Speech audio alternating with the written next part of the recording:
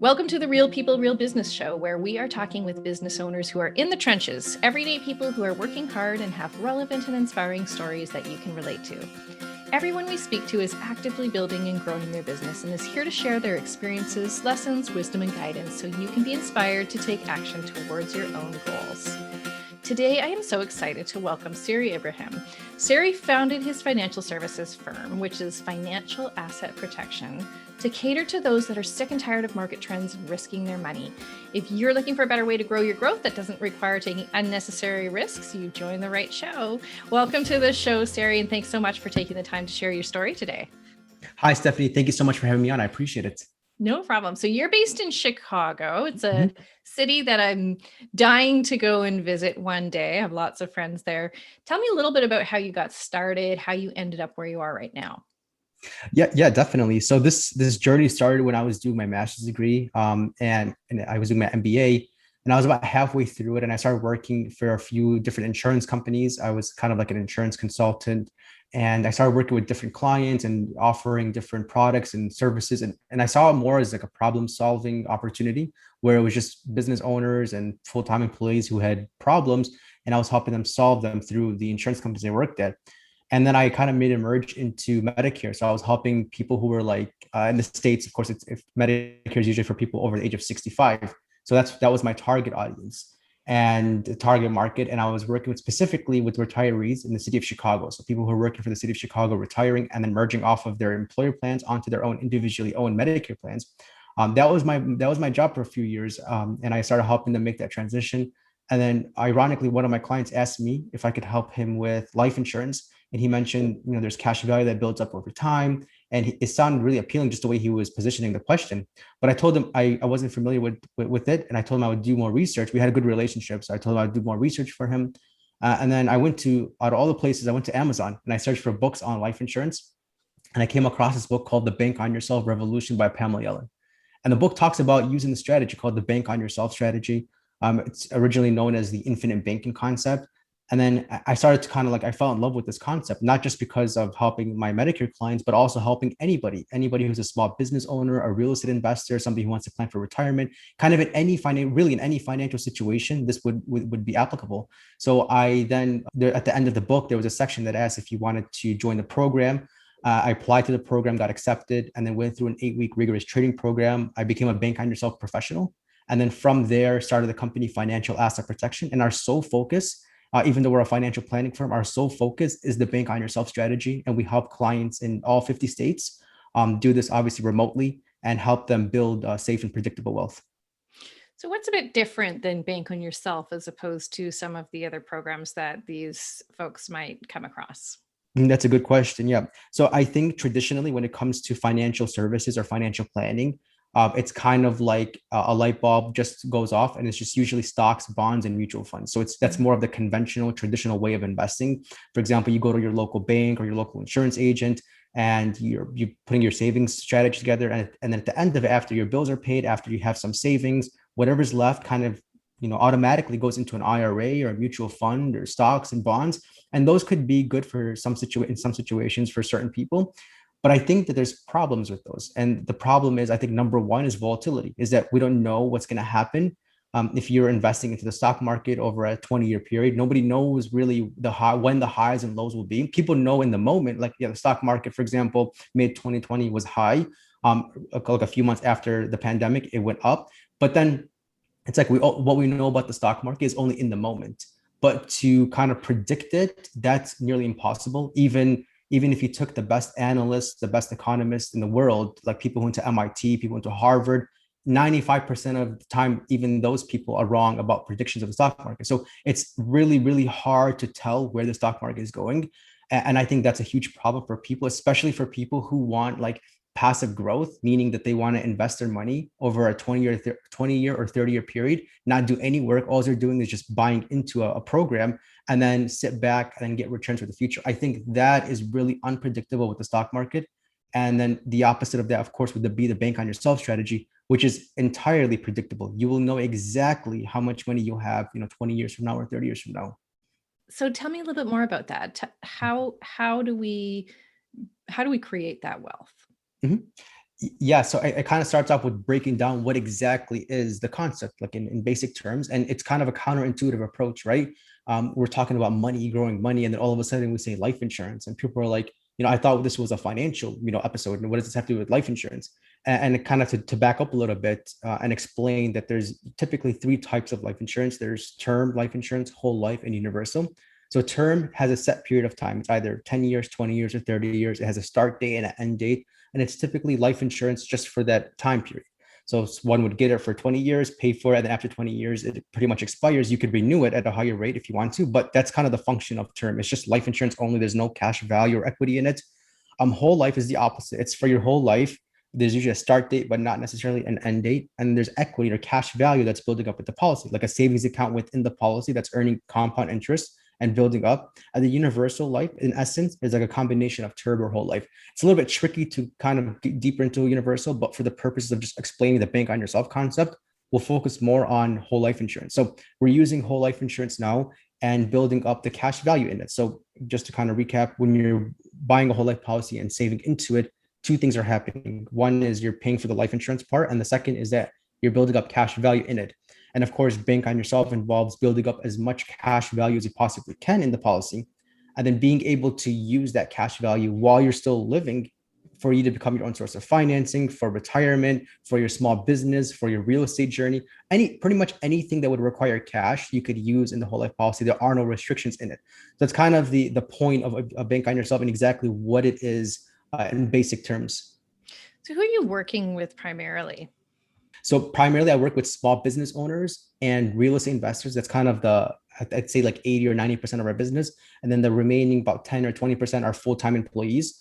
We still have room for them, but most of the people, we've kind of catered our services more so to small business owners and real estate investors because of the need for liquidity and kind of the need for growth. Usually small business owners and real estate investors, and they're usually interchangeably, right? Sometimes real estate investors are technically small business owners. They are. One problem they have is they don't have like 401ks or like retirement plans from work. They have to kind of create their own plans, which is why they usually become small business owners. But then the problem with that is that a lot of times small business owners would prefer to reinvest back into their businesses through like coaching, strategy, SEO, marketing, digital marketing, and other things like that. So that's one kind of avenue. The other avenue is they want to save for retirement. So it's like, where do you go at that point? It's difficult to kind of measure and just say, all right, do X, Y, and Z right now. It requires a financial plan. It requires a financial analysis to kind of identify where they want to go. And bank on yourself, I think, in my opinion, fits perfectly in that within those two avenues, because you could save for retirement, and then in the meantime, before you retire, be able to use those funds, like borrow against the funds, and then use that to buy coaching strategies, buy digital marketing, SEO, to expand to another location, to hire more people, to do more things. So this way you're not locking up money, but at the same time, you're not losing opportunity costs. Super interesting. And so, what made it so exciting for you to be able to serve small business owners? I think the excitement goes back to what I mentioned earlier about it was just about problem solving. So I think a lot of people get kind of caught up on titles and the way things sound. Like, for example, insurance. Okay, that doesn't sound very appealing, but it was more about the solutions, like identifying problems that people had and identifying the solutions. And I think that's what entrepreneurship really is. It's just you're identifying problems and things that people need and then connecting them to that. And then that's where I saw, after reading the Bank on Yourself Revolution book, talks about all these problems, with mutual funds and 401ks and all these things. And I'm like, these are a lot of problems that small business owners have too. So if I can find the solution, it would be a win-win. It would be a win for the clients who are the small business owners and a win for our organization too. So it's kind of like connecting them together. And it could produce a lot of positive results for both of us. Small business owners and self-employed individuals are perpetually kind of underserved in the insurance and financial services industry, right? There's like this weird gap where if you have a full-time job and that kind of security, you can Mhm. you can get whatever you want. But if you've got a small business or you're self-employed, there's so much less available to you, and none of the programs are really kind of aligned with the problems that we face and the kind of lifestyle that we live, right? Mhm. And so you're finding that is true for your clients as well. They're looking for those solutions. Yeah, definitely. And usually a lot of like the larger banks and larger mutual funds and financial organizations are usually targeting like companies with over 100 employees and up because they simply think that smaller business owners with like less than 10 employees aren't going to be interested or aren't going to be able to buy into their services and products. And I think that's a huge problem, right? That creates this huge discrepancy between helping small business owners and helping larger companies. But I think the problem really is in communication, is that a lot of small business owners, they don't really know about these strategies, which is why like I started the show thinking like a bank the podcast to help educate small business owners. That's our main focus, is helping small business owners. And this is why I do a lot of guest podcasting on other people's shows to kind of spread more awareness about this, especially for small business owners. So yeah, I definitely think there's like an education or communication gap between small businesses and larger businesses, and as far as who is targeting them and explaining these concepts to them and these strategies. And you don't, and again, you don't have to be within a certain range, like, greater than 10 employees, greater than $1 million in annual Right. revenue, things like that. Like anybody could apply these strategies and it would help you in any situation. Right. And I think it's one of the reasons that a lot of people don't. I'm like a huge advocate for entrepreneurship, obviously. Mhm. And I think entrepreneurship is going to save our world, but um it's one of the big reasons people hesitate to make the leap, right? Because they don't have that financial security, or they don't have the options available to them to be able to protect themselves and provide for themselves and get the kind of assurances that you're talking about, right? Mhm. And you're finding that too. Yeah, definitely. And to kind of like throw a curveball, like, set aside from financial planning, is that like I've been an employee to entrepreneurship, like that transition 3 times. So I was a full-time employee, quit, became an entrepreneur, put that on hold because I couldn't afford anymore to keep going, put that on hold, went back to employment. 3 times I did that. So I've seen kind of both ends and taking that leap. And it's difficult for a lot of people because of, think about it, like you don't have that biannual or bi-monthly income coming in. So it's kind of hard to, as an entrepreneur, to leap into entrepreneurship and not have that anymore, because for depending on the industry you're in and the type of business you're in, for the most part, you probably won't see that much income for like 6 months to a year usually. So you need to set aside income or have other sources of income that would cover you for 6 months to a year, and then maybe the second or third year you start being profitable. So there's a lot of these gaps, these financial gaps in entrepreneurship, and I've seen it firsthand. And I think to address that, again, putting the financial planning conversation on hold, to address that, I think it starts with mindset. About 80 to 90%, I think, is mindset. This is pretty much you telling yourself you could do it, you could be an entrepreneur, you could survive as an entrepreneur. And the other 10 or 20% is education, certifications, financial strategies, bank connections, what city you live in, other things like that are the other 10 or 20%. But I think the vast majority of it, 80%, is you believing in yourself and telling yourself that you could be an entrepreneur, you could survive as an entrepreneur. 100%. And just deciding that you're going to Mhm. find a way, right? Mhm, mhm. It's a Yeah. conversation I have a lot with a lot of my clients, and there's like a constant push and pull and balance between can I or should I, and maybe I can't and maybe I shouldn't, and we have to find Mhm, that right place that's good for us. So you got into this business through an existing program, the mhm, Bank on Yourself program, and I'm assuming that was some type of certification program mhm. with, and did they give you kind of like a sort of a fast track kind of, here's how you get started? Are there support resources, or was this were you kind of thrown into the hinterland and just told to kind of figure it out on your own? Well, it's a little bit of both. So it technically could, because you're starting your own business, there's only so much they could do to help.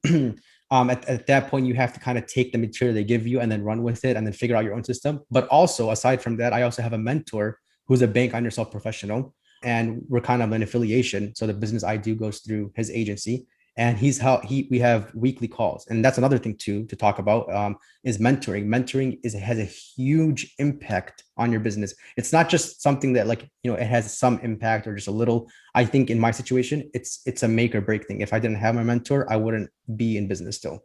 So that's just something I want to kind of throw out there, is the mentoring could be the difference between making as an entrepreneur and not making it, Well, you're not simply going to get because. argument from me, that's for sure. Right. And specifically, I think mentoring helps talk about what was earlier mentioned about the 80% mindset thing, is that mentors if they're good mentors, they feed into that 80% mindset part about you telling yourself you could do it. That's kind of the best thing about a mentor. Not so much about the technical things, you figure that out on your own, but rather it's you believe that you could do, you've made the decisions to become an entrepreneur, and you're making the decisions currently in entrepreneurship. Right. And so mentorship has been a huge thing for you. Mm-hmm. And how involved is your mentor in your business? Yeah, I think like involved all the way, as in everything I do in my business.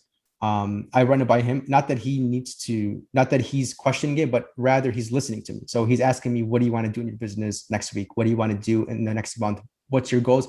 And I'm saying them out loud. And then that's kind of like making them almost concrete. So the fact that I'm saying them out loud and repeating them and checking them, I think I'm more likely to get those goals. Yep. And we have a weekly call every week, and we go through pretty much everything from client cases to marketing to changing up scripts to whatever the case is for the business. We're going through almost every angle of the business. So you're learning from a mentor, but what Mhm. makes you different for your clients? Like, why would I choose to work with you as opposed to someone else who could offer the Bank on Yourself program? So I have to kind of talk about myself now. That's so what we're here for. so I always do, before I show any clients any solutions or anything like that, the first thing I do is I see if they have done some research on the Bank on Yourself concept. They've listened to some podcasts, they've seen some of our content. And I want to kind of see if they have the mindset for it. It's not just like on my side only, where I only want the client, but do they also want us? Have they done their research? And then if they did, then we go to the second step, and that's a financial analysis. Now, before I present any numbers or give any advice or recommendations, we always go through a financial analysis. And this is something that I've seen a lot of advisors not do. A lot of advisors I've seen, they just ask like 3 or 4 questions, and then they go right into a solution and then push the solution towards the client. I kind of have a speed bump between there, and that's the financial analysis meeting. That's just me asking questions, getting to know their financial situation, their objectives, their goals, needs, wants, all these things. And then after that, we build out the solution. So that way, the solution I build out is very likely to be relevant to their situation and not just something that I want to push onto them. I think that's one advantage. Usually in insurance and financial services, there's a difference between being a captive agent and being independent. So a captive agent or advisor would work for only one company. They would have that on their website, their business cards, their pens, their polos, whatever. That's who they represent. And then independent agents could represent more than one company. So I'm an independent broker / advisor, and I can represent more than one financial institution or insurance agency. And that's a benefit to the clients, because now I'm working for the clients and figuring out what's best for them. And then even if somehow, some way the client finds a different company, all their rates are, their dividends are really high or whatever, I can go do research on that. And then even get contracted with that company to help fit that client's needs. Not that I'm saying that we usually have the companies in place, but a captive advisor cannot do that. So they can only offer the products or services only for their company. They cannot do any other company unless they have permission to do so. Like there's some sort of joint venture or joint affiliation between that company. But other than that, they're kind of really trapped into a limited amount of companies and products. And that could also be a good thing too. So I'm not bashing completely captive advisors out there. That could be a good thing too, because they get really, really good at just a few products and a few services from one company. And if the client is not a good fit, they just outsource them to somebody else and then keep working on their client base. So that could be a good thing too. But we're independent, and we could work on behalf of the clients and not be on behalf of one insurance company. So you're a little bit different because you're actually customizing the recommendations based on your clients' specific needs, who they are, and you're serving these small business clients. Mm-hmm. Yeah. And how much liberty or flexibility do you have to build on your services, or, change things up a little bit? Or do you have a vision to make this even more your own? Yeah, it's a good question. So the first part of it, there's really no sanctions or restrictions on what I could do. So like, for example, if I wanted to work with a mortgage lender and then do both like lending and this financial services, we could do that. If I wanted to partner with an attorney, we could do. So I have really the sky is the limit as far as what I could do in positioning products and services and strategies, and kind of intertwine them together and do different things in almost anywhere in the world, really, as long as I can legally do so. I want to stay within the Bank on Yourself community. I enjoy working with the Bank on Yourself community. I enjoy working with my mentor. So I want to keep branding that, keep staying within that environment. But also I did kind of do like a co-branding or sub-branding thing on my own, and that's thinking like a bank. That's like my brand. That's the name of the show. I wrote a book called Thinking Like a Bank. So I kind of want to join them together, where it's Bank on Yourself is the organization, and Thinking Like a Bank is my brand, if that makes sense. Yeah, amazing. What do you think the opportunities are for building out your brand within that sort of the space? Well, there's a couple of things. So one is that it makes me more distinctive from the other advisors. So that way, it's not just another bank on yourself professional. There's about 300 bank on yourself professionals, and a lot of them I work closely with. So it's kind of a good competition. It's a healthy form of competition. It's not like I want to take their business or they want to take my business, but it does separate us as different from other bank on yourself professionals. And then the other advantage is that I've kind of always wanted to. I've always wanted to own my own, trademark, my own brand, something I can kind of keep if I wanted to. So like, let's just say I'm no longer with the Bank on Yourself organization, then I still have the brand. As a business strategist, you probably know the impact of branding and how important that is. So that's kind of why I wanted to just kind of keep that in my pocket, just in case, for the future as like an insurance policy. So you've been in this industry for a little while. Mhm. Um, how would you say it has changed since you started up, and how has that impacted you? Yeah, so it's changed from the original, from every time like I thought that something, like for example, the first company I worked at was Allstate Insurance. And I thought that that was going to be like long term. I was going to work for like Allstate Corporate, and which is their headquarters is located in the suburb of Chicago. So I'm just going to work there and stay within this industry. And then a transition was made into entrepreneurship. So instead of working for the company, I was going to be my own boss, and that changed. And then after that, I wanted to become a Medicare consultant, a Medicare advisor, and I still am that. But that's also changed the vision of it. And then it changed obviously to Bank on Yourself. And then even after Bank on Yourself, it changed into specifically for real estate investors and small business owners. And I think the point of it is that it's kind of like you don't really know business advice. You don't really know exactly where you're going to go. 10 years from now, 20 years from now. It could change. The market can change. You could change your preferences, your passions. All these things kind of come together, and I wouldn't have known that if I didn't try all these different things. So in other words, they changed based off of changing different things. And then now I could safely say that I see myself for the next, until retirement, that I'm going to keep doing this. I'm going to keep doing Bank on Yourself, and I'm going to keep building out safe financial strategies for clients, for small business owners, real estate investors. And I plan on growing with my clients too. That's kind of my vision for the next until retirement. I think the insurance industry is probably not well understood by a lot of people, and their only experience with it is never all that positive. And Mhm, so, mhm. so what are some of the ways that I mean, you seem to have found kind of a niche inside of the insurance industry that's actually that you've kind of flipped to be able to make it really actually beneficial to Mhm. a certain group. But what would you like to see change in the insurance industry? So I think that it separates into pretty much two categories: commodity and the value driven. So commodity is like, what's the price for this, and then what's the lowest price I can get for it, and how can I limit it. It's price driven commodity, just like the price of gasoline. You're going to find the cheapest one. That's kind of how insurance is typically seen. And then obviously the opposite of that would be value driven. Usually, like when people are hiring like accountants or lawyers, if they're entrepreneurs, and they're usually experienced entrepreneurs, they're not really buying on price. They're buying on what the results of what could happen. And I think that insurance will, for the most part, always be in the commodity area, except for really this Bank on Yourself strategy. It kind of takes it from the commodity section and puts it into the value driven section. So, and I know this for a fact because once clients understand the Bank on Yourself concept, they understand exactly what we do. We understand them now. We understand where they want to go. We put it together. 90% of the time, the clients reposition the questions and say, what's the most money I could add into these policies? Because they see the value in it. They see what it could do for them in the future, as opposed to putting the money in different places. So that's kind of like where I see insurance going in the future. And again, it has a lot to do with educating people on this, educating clients about these products and these services and how they work, really kind of from an intricate standpoint. And I think once that happens, it goes from like the commodity bucket into the value driven bucket. So, what do your clients really want? Like, what is it that they're trying to seek out? Safety, predictability. They want to know what's going to happen. They want results that they can rely on and not have to guess. Well, for sure.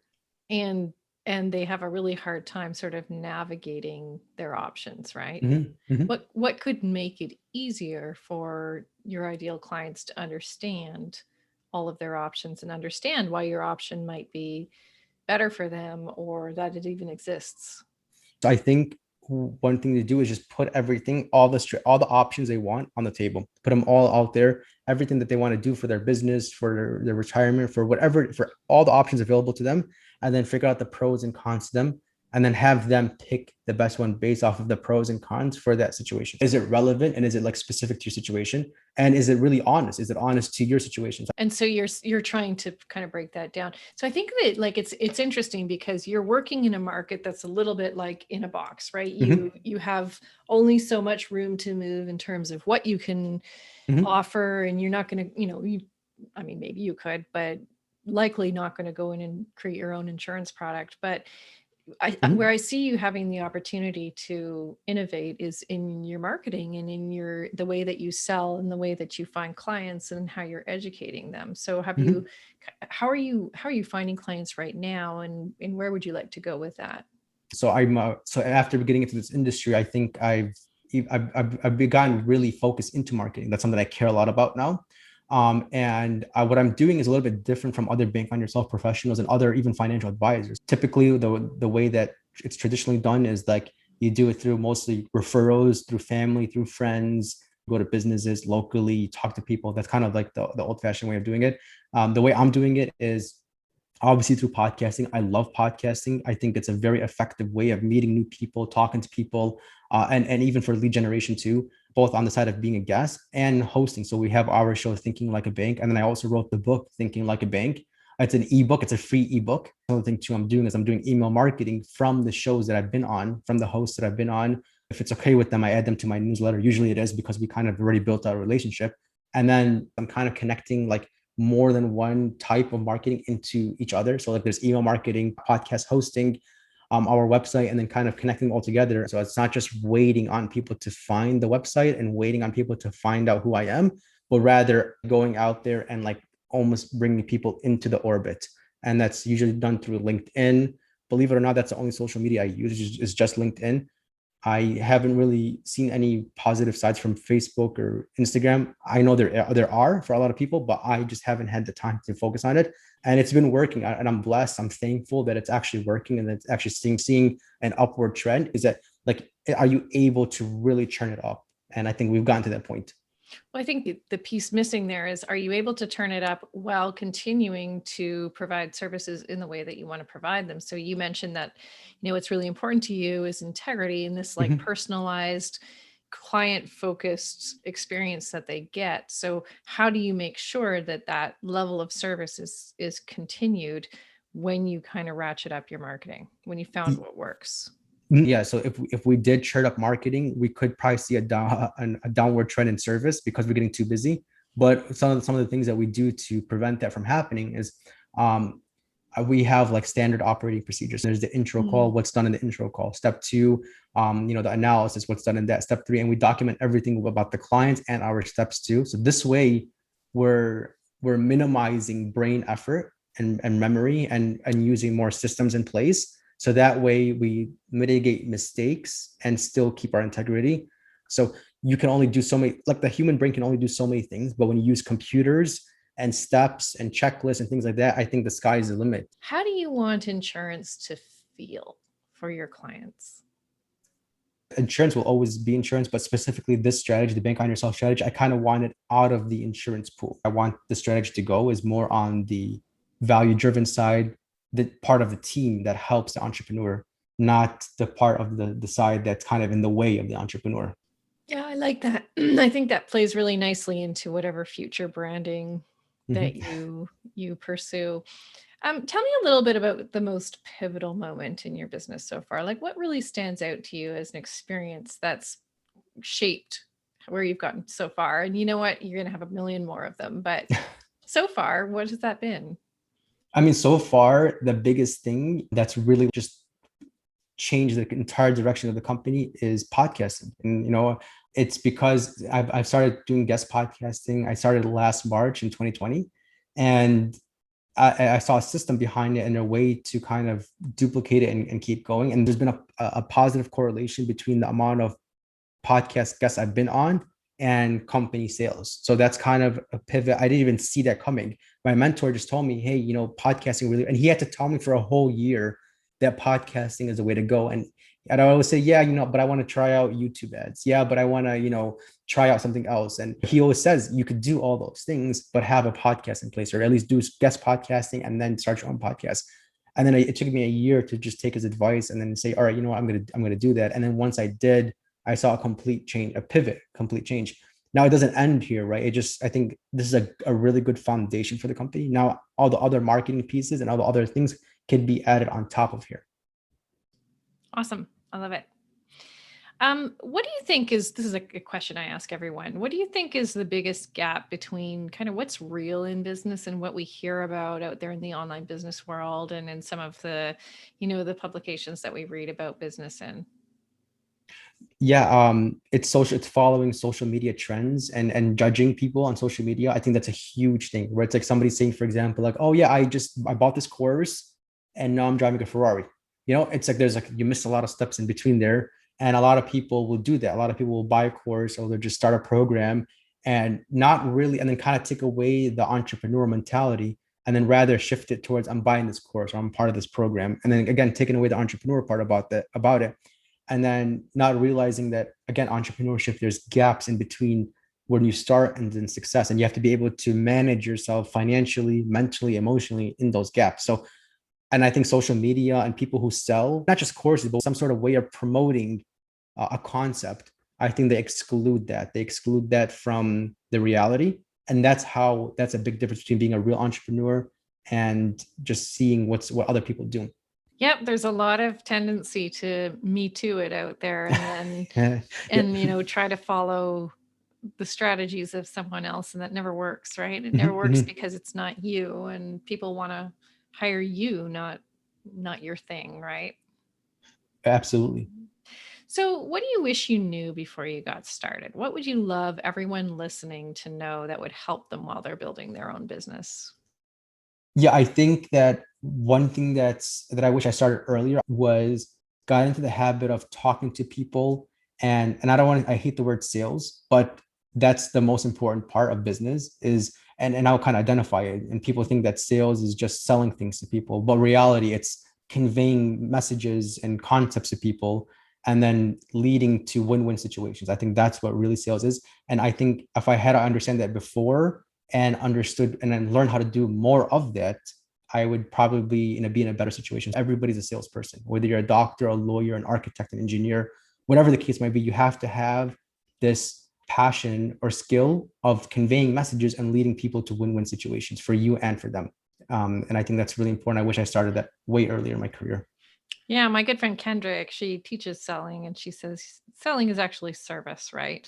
Yeah. And you're helping people, you're helping more and more people understand that there's something out there for them, right?